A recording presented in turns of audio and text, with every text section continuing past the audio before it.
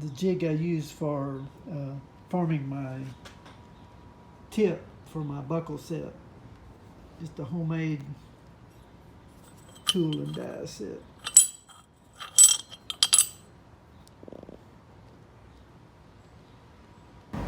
And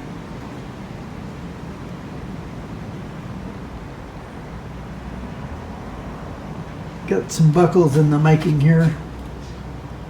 They're steel. They'll be silver mounted with some flowers and leaves, and maybe some oak leaves on the big buckle.